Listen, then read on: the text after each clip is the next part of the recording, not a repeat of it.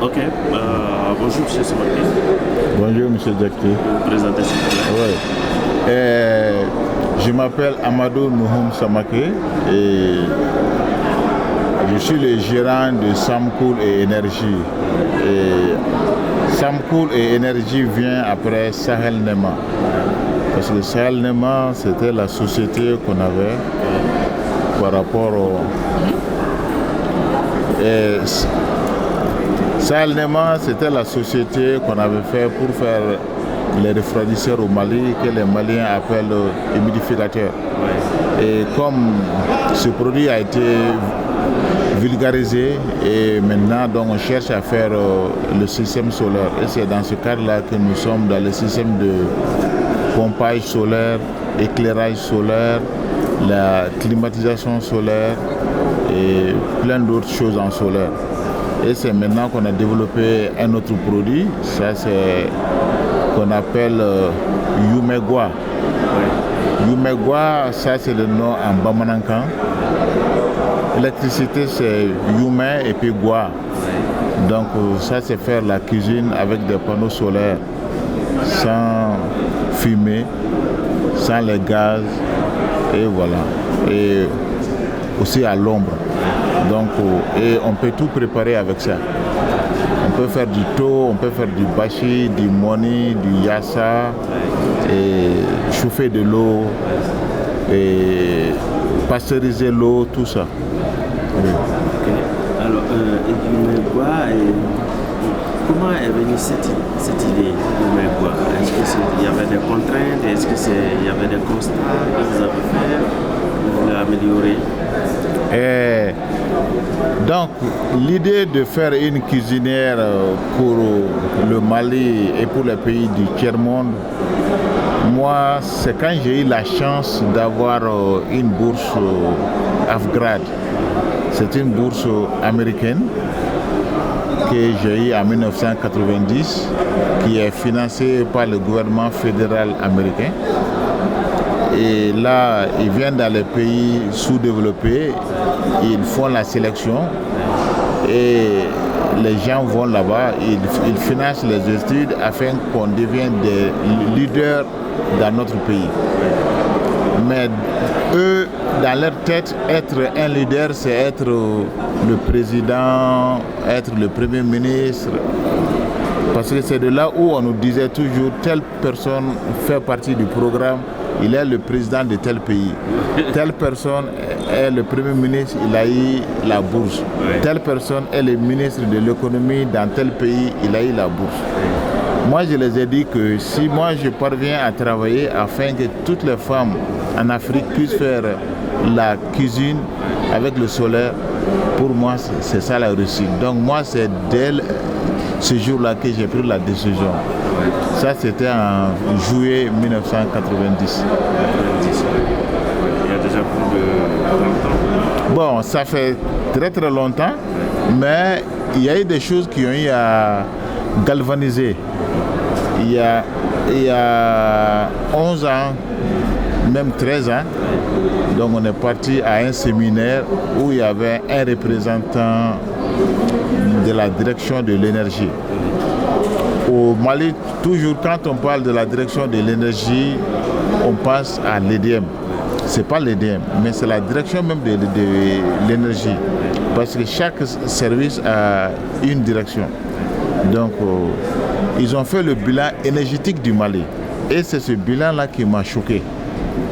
Et parce qu'ils disent que 79%, ça c'est de la biomasse, du bois et du charbon, et l'énergie consommée au Mali. Et que 16%, ça c'était les produits pétroliers.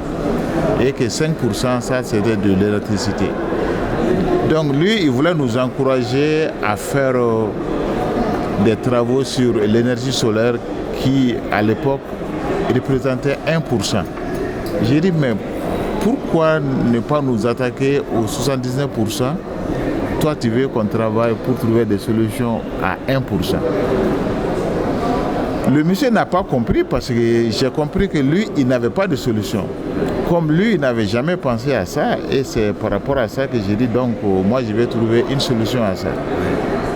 Et pour lui, moi j'étais un fou. Et de façon générale, au Mali, quand on dit cuisinière solaire, les gens pensent aux cuisinières solaires qui sont sur le marché, aux cuisinières solaires qu'on a l'habitude de voir. Et malheureusement, je n'ai pas la cuisinière solaire ici, mais j'espère qu'un jour, nous allons nous voir et peut-être que vous allez faire une émission sur ça. Et nous allons préparer devant vous et vous allez manger. Donc, de façon générale, il y a deux modèles de cuisinières solaires qu'on connaît. Il y a le modèle qui est avec les paraboles. Donc, et là, voilà, donc en ce moment, ça se chauffe beaucoup, mais il faut suivre le soleil. Comme le soleil bouge, et toutes les 15 minutes, il faut suivre le soleil, sinon le point de focalisation va se déplacer. Avec ce modèle-là, on peut faire bouillir l'eau. Aussi, on peut faire des fritures, mais on ne peut pas faire ce qu'on appelle le baking, le système de four. Mais le système de caisson, ça c'est fait pour comme les fours solaires, mais là on prépare pendant toute la journée. Et quand on ouvre, on perd toute la puissance. Il y a un modèle intermédiaire entre les deux où on fait le système de caisson avec des réflecteurs. Donc en ce moment, les gens peuvent jouer avec les deux.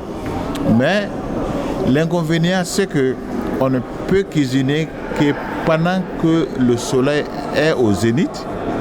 Et quand il y a des nuages, ça joue. Et soit il faut suivre, et ces appareils-là doivent être dehors au soleil. Donc être dehors au soleil, ça subit les intempéries. Donc il y a les animaux, il y a les enfants, il y a la poussière et aussi il y a la culture des gens. Parce que quand c'est dehors, tout le monde sait que Madou est en train de préparer ça. Souvent, les gens ne veulent pas qu'on chasse ce qu'ils sont en train de préparer. Donc, vu tout ça, j'ai fait la conclusion que ces méthodes n'étaient pas adaptées à nos aliments. Donc, il fallait que la cuisinière, d'abord, soit à l'ombre. La femme qui fait la cuisine, qu'elle soit à l'ombre.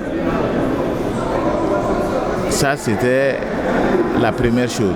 La deuxième chose, il faut qu'on parvienne à régler la température. Ce qui veut dire qu'on peut préparer tout ce qu'on veut. Et c'est par rapport à ça qu'on a eu à développer le Yumegwa. Avec le Yumegwa, on a fait 4 prototypes. Donc, c'est l'avant-dernier qu'on a eu à beaucoup utiliser. On a préparé tout, mais on s'est rendu compte que ça prenait assez de panneaux, 8 à 10 panneaux. Et on voulait que ça soit aussi accessible. Et c'est là maintenant que le dernier modèle est venu et ça marche avec 3 panneaux. Il y a 3 façons de les faire marcher. On peut le brancher directement aux 3 panneaux. Pendant qu'il y a le soleil, ça marche. Et on a fait aussi un transfo. Les gens qui n'ont pas la possibilité de brancher les panneaux parce qu'ils sont en location, parce que c'est très compliqué. Donc, avec un transfo branché, donc il peut faire la cuisine. Par rapport à ça, on a fait des calculs. Quand il prépare matin, midi et soir, 5 heures par jour, et la facture en électricité va faire moins de 4 000 francs par mois pour une famille de 6 à 9 personnes. Bon. La troisième, c'est panneau avec régulateur et batterie. Donc à ce moment, on peut préparer à n'importe quel moment. Voilà les 3 modèles. Très bien.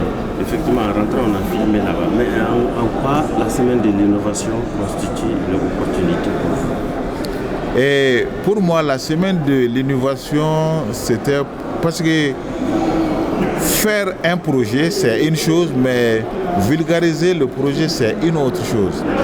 Et quand il y a un bon produit, et il faut savoir comment diffuser. Donc, moi, j'étais venu parce que pour voir les méthodes de financement.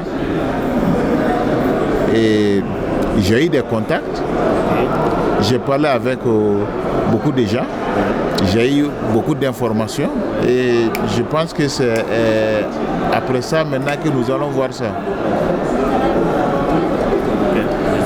Oui. Donc, c'est une bonne opportunité pour les inventeurs parce que ça nous permet d'abord d'être connus. Ça nous permet de connaître d'autres personnes. Donc maintenant, ça nous donne d'autres compréhensions et voir aussi les problèmes et peut-être trouver des solutions à un de nos problèmes. Et aussi, on peut aider d'autres personnes aussi à leur donner aussi des idées et voir aussi comment nous pouvons travailler ensemble. Parce que quand on travaille en groupe aussi, donc c'est mieux.